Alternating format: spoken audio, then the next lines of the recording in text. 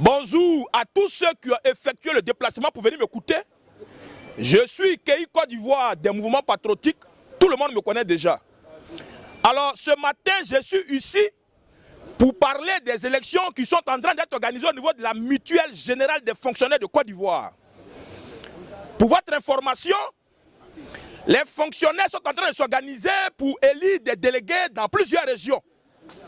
Et c'est à la suite de l'élection des délégués, au niveau des délégués eux-mêmes, que l'élection du conseil, du président du conseil d'administration sera choisie.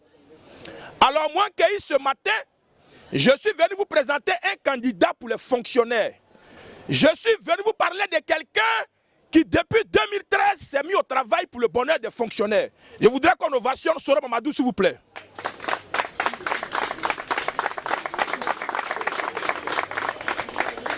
Je voudrais qu'on ovationne Soro Mamadou, s'il vous plaît. Voilà. Alors donc, moi, Kei, je suis venu parler de mon candidat. Je suis venu parler de Soro Mamadou, quelqu'un qui a travaillé pour les fonctionnaires. Salut frère.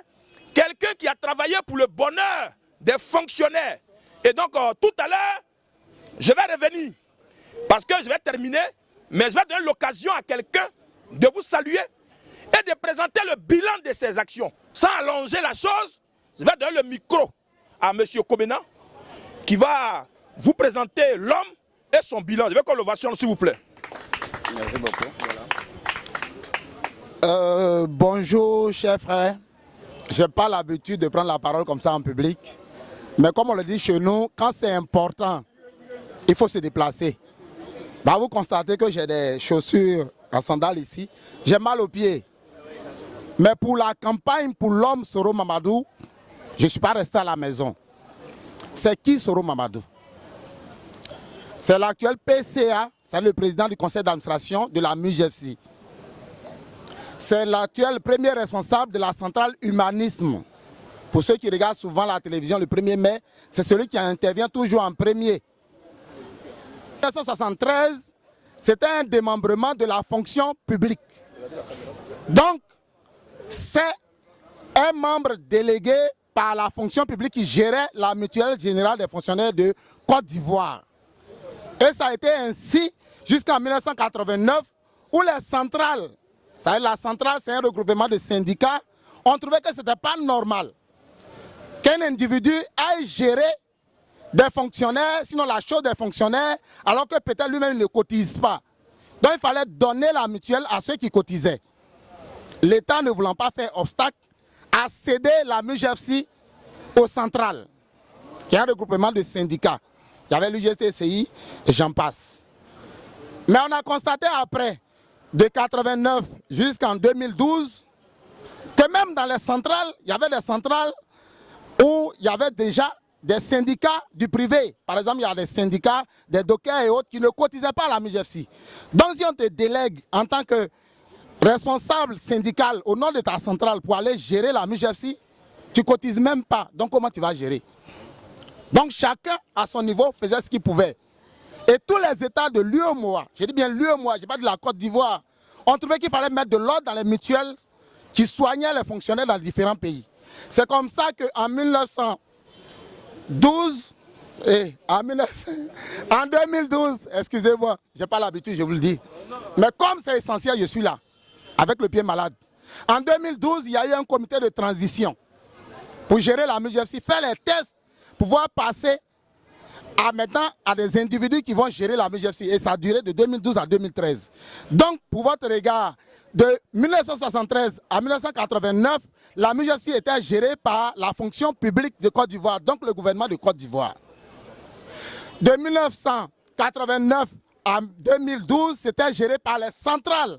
Et quand les centrales, on parle de personnes morales. Ça veut dire que moi, Kobena, si était responsable d'un syndicat qui appartient à l'UGTCI, qui est une centrale par exemple, on peut me désigner à aller représenter l'UGTCI à la MUJFC. Mais ça veut pas dire que c'est moi, Kobena, qu'on a pris, mais c'est la centrale UGTCI qu'on a pris. Et à l'époque, le PC actuel a été désigné pour 6 mois à peine. Donc ce n'était pas lui, Soro Mamadou, mais c'était la centrale qui avait été désignée. On parle de personnes morales.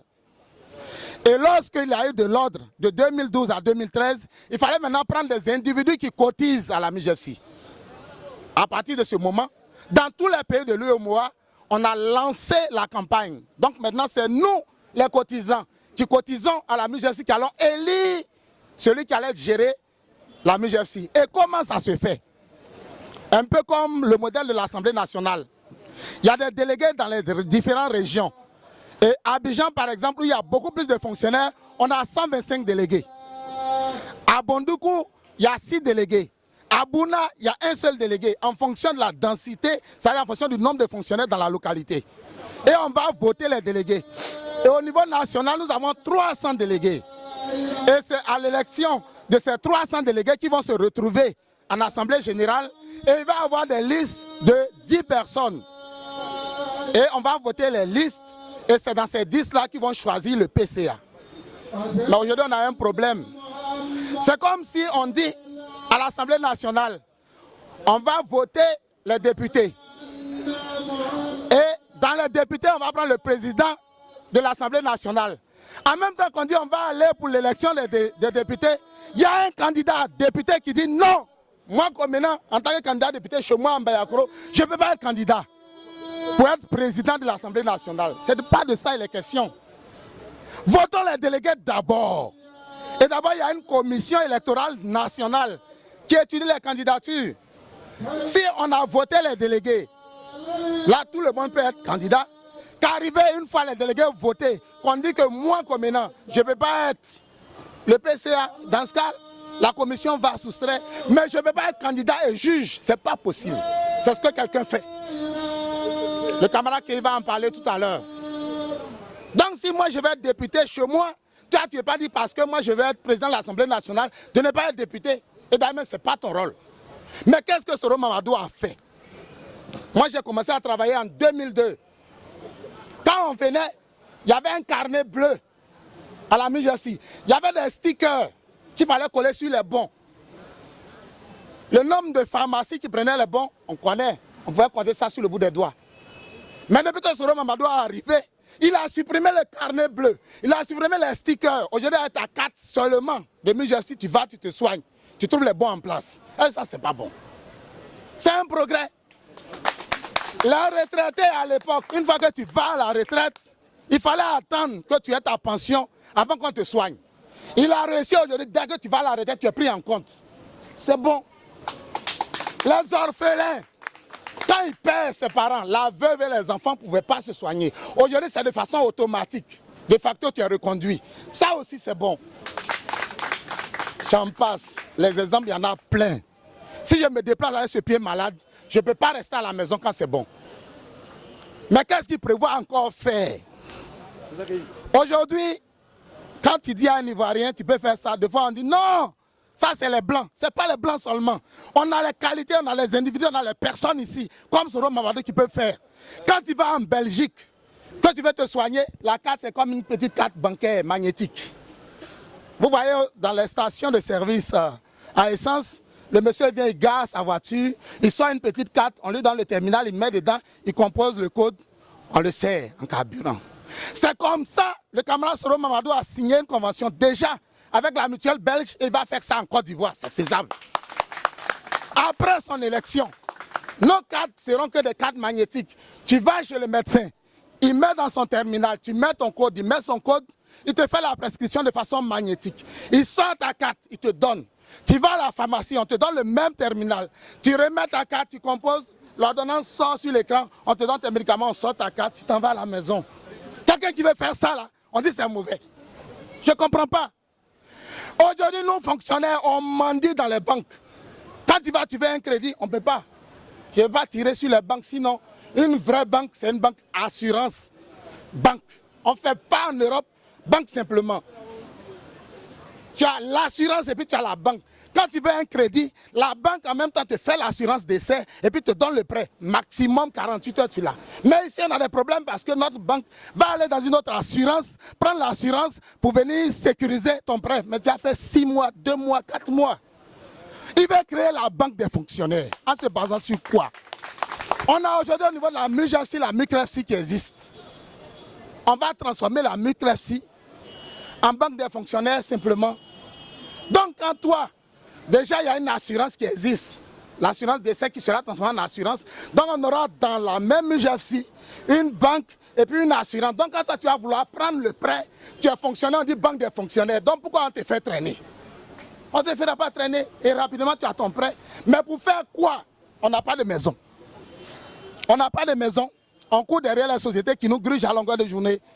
Je n'ai pas cité une société qui nous a grugé en tant qu'enseignant. On attend toujours les maisons. Bon, je n'ai pas tiré dessus.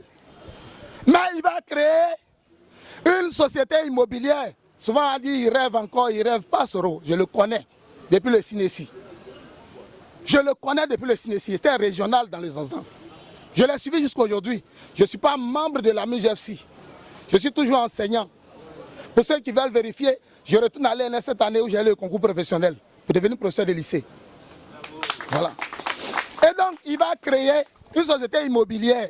Ça veut dire que quand tu as la banque des fonctionnaires, on a des assiettes foncières à Abata, on en a à Daloa, on en a à Bouaké, on en a à Korogo, qui appartiennent à la MUGFC depuis des années. Donc, on va utiliser ces terrains-là pour construire nos maisons pour nous-mêmes. Et la banque des fonctionnaires va te faire un prêt conséquent. Tu as ta maison, c'est entre nous fonctionnaires. Pourquoi on ne veut pas suivre ce monsieur pour toujours rester à la traîne? Et là encore mieux. Aujourd'hui, les hôpitaux, quand tu t'en vas, tu as fait le rang. Ce que la MUGFC a, c'est ce petit coin qui est là. Depuis des années. Mais le camarade Soro Mamadou a dit s'il faut durer dans ça, on ne va pas progresser. Donc il va construire des hôpitaux dès qu'il est élu. Un hôpital à Abata sur notre assiette foncière qui existe, qui est là. Un hôpital à Daloa, un hôpital à Bouaké, un hôpital à Korogo. Le dossier, je l'ai vu, c'est bouclé, c'est la mutuelle belge qui va nous aider. C'est tout. À partir de ce moment, chaque hôpital va avoir toutes les spécialités, enfin tout ce qu'il y a comme service, mais une spécialité par hôpital. De telle sorte que quand tu es fonctionnaire, tu peux aller te faire soigner. Donc un monsieur qui a un programme, qui va faire la banque des fonctionnaires, qui va faire le volet assurantiel, qui va faire la concession immobilière. Je ne sais pas pourquoi est-ce que des gens rentrent aujourd'hui dans les chemins boueux du charlatanisme pour dire non, ce qu'il veut faire là, ce n'est pas réalisable. Pourtant, ils même ont vu, ils ont travaillé avec lui. Et cela même, je dis, quand tu es responsable et que tu veux critiquer quelqu'un alors que tu marches avec lui, en tant qu'Ivoirien, on m'a enseigné, tu quittes à côté de lui, tu t'arrêtes au loin pour le critiquer. Mais tu ne peux pas être son adjoint direct, tu ne démissionnes pas. Ça veut dire que tu n'es pas convaincu toi-même de tes opinions et puis tu dis non, non, ce qu'il fait c'est mauvais. Mais tu es dans quelle équipe alors? C'est de la sorcellerie. C'est de la sorcellerie. Donc ceci dit, voilà ce que le camarade Soro Mamadou va faire pour nous fonctionnaires. Pour nous fonctionnaires, c'est vrai, le chantier est large. Mais voyez-vous, comme le chantier est large et comme Soro Mamadou est dans le réel, aujourd'hui toutes les centrales de Côte d'Ivoire sont derrière Soro Mamadou. On a plus de 170 syndicats. Dans la, je parle de Zadi Nyanya, du camarade Zadi Nyanya, qui pilote la plateforme, qui est avec nous, d'Abonga Jean-Yves qui est avec nous, de la Ferrassi qui est avec nous, j'en passe. Dans un pays, tu ne peux pas être toi seul intelligent et puis les autres bêtes à se mettre ensemble. Donc, voici ce que mon candidat va faire pour nous. Voici ce que mon candidat va faire pour nous. Et j'invite chacun, chaque fonctionnaire à aller voter le dimanche 24, juste à côté ici. Juste à côté ici, au collège modèle du plateau. Les dispositions seront prises pour que chaque fonctionnaire vienne voter. Avec quoi on vote? Soit tu viens avec ta carte de mutuelle pour voter. Ou bien si tu n'as pas de carte de mutuelle, tu viens avec un bulletin où le prélèvement de la MUGFC apparaît, plus ta carte professionnelle, ou bien un bulletin où le prélèvement de la MUGFC apparaît, plus ta carte d'identité. Voilà ce qu'il faut pour voter. Merci monsieur le conférencier, je suis à Pierre-Eugène, je suis professeur au lycée d'Abougou. Bon, j'ai besoin d'être rassuré. J'ai dû entendre récemment que le taux, n'est-ce pas, en ce qui concerne la MUGFC a été réduit de 70% à 60% de façon discrète. Je voudrais, n'est-ce pas, avoir les éléments là-dessus. Si c'est vrai, vous confirmez. Ou bien c'est faux, vous confirmez. Bien, merci bien camarades. Je dis camarades parce que nous sommes syndicalistes. Nous sommes en période de campagne. Les sorciers, il y en a beaucoup. Depuis que Mesmer est candidat là, on va de rumeur en rumeur. D'abord, Soro n'est pas éligible. Aujourd'hui, il est éligible. Après, c'était le problème d'immatriculation, de renouvelation des numéros de téléphone. C'est réglé. Ce qui vous dites là, c'est faux, archi faux. Celui qui pense que c'est vrai, on veut les preuves. Nous sommes en Côte d'Ivoire, il faudrait maintenant qu'on parle à la preuve. Moi, je suis fonctionnaire. Mais je suis soigné il n'y a pas longtemps. C'est le même taux, rien n'a été changé. Que des rumeurs. Rien que... Alors donc, moi, Kei, je voudrais remercier le camarade Kobena pour sa brillante intervention. Mais si j'ai un appel à lancer, chers fonctionnaires, je voudrais vous dire de voter M.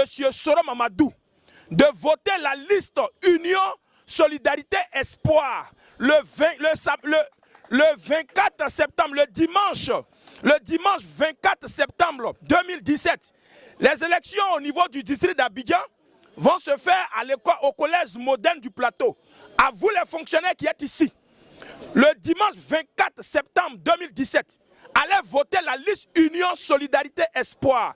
Voter la liste Union Solidarité Espoir, c'est voter Soro Mamadou, c'est voter Abonga Jean-Yves, c'est voter Zadi Nyanya. Alors donc je vous invite, chers camarades, à répondre présent.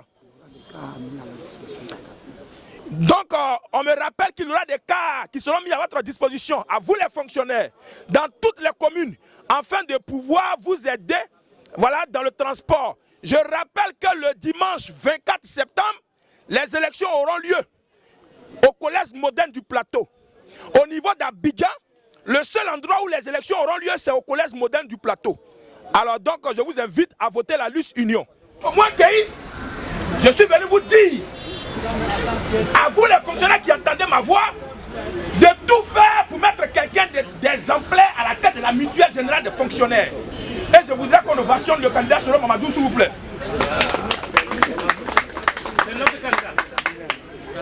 Merci. Tout à l'heure, le camarade Kobena a parlé des projets de Soro Mamadou. Moi, je vais revenir là-dessus. Parce que Soro Mamadou a parlé. Soro Mamadou, dans son programme, a prévu la création d'une banque pour les fonctionnaires de Côte d'Ivoire. Ce qui est d'ailleurs très intéressant.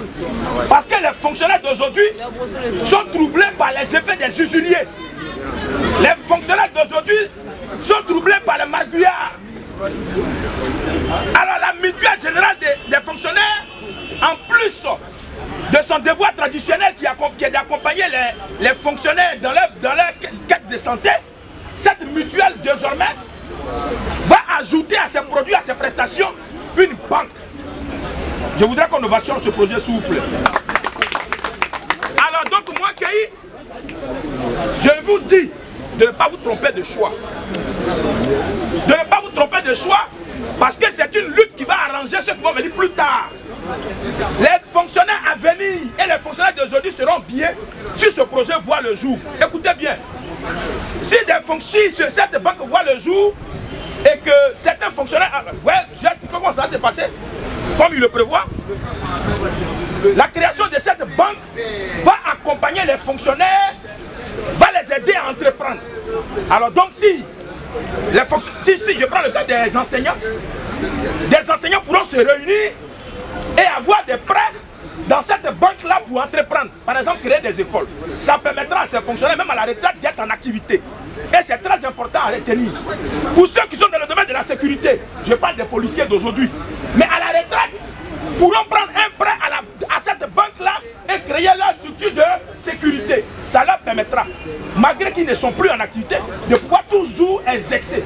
Et je crois que le projet de Soro Mamadou est un projet salutaire. La création d'une structure immobilière rattachée à la mutuelle générale des fonctionnaires de Côte d'Ivoire va permettre aux fonctionnaires de pouvoir avoir des maisons. Et donc, Soro Mamadou compte réaliser tout ça là avec ce que la mutuelle prélève sur le salaire des fonctionnaires de façon traditionnelle.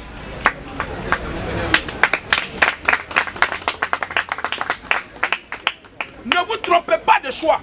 Je vous invite le dimanche 24 septembre à voter la liste Union Solidarité Espoir de M. Soro Mamadou. Je vous invite à voter la liste Union Solidarité Espoir de M. Abonga Jean-Yves, de M. Zadi Nyanya, pour le bonheur des fonctionnaires de Côte d'Ivoire. Je vous remercie. Merci. Merci.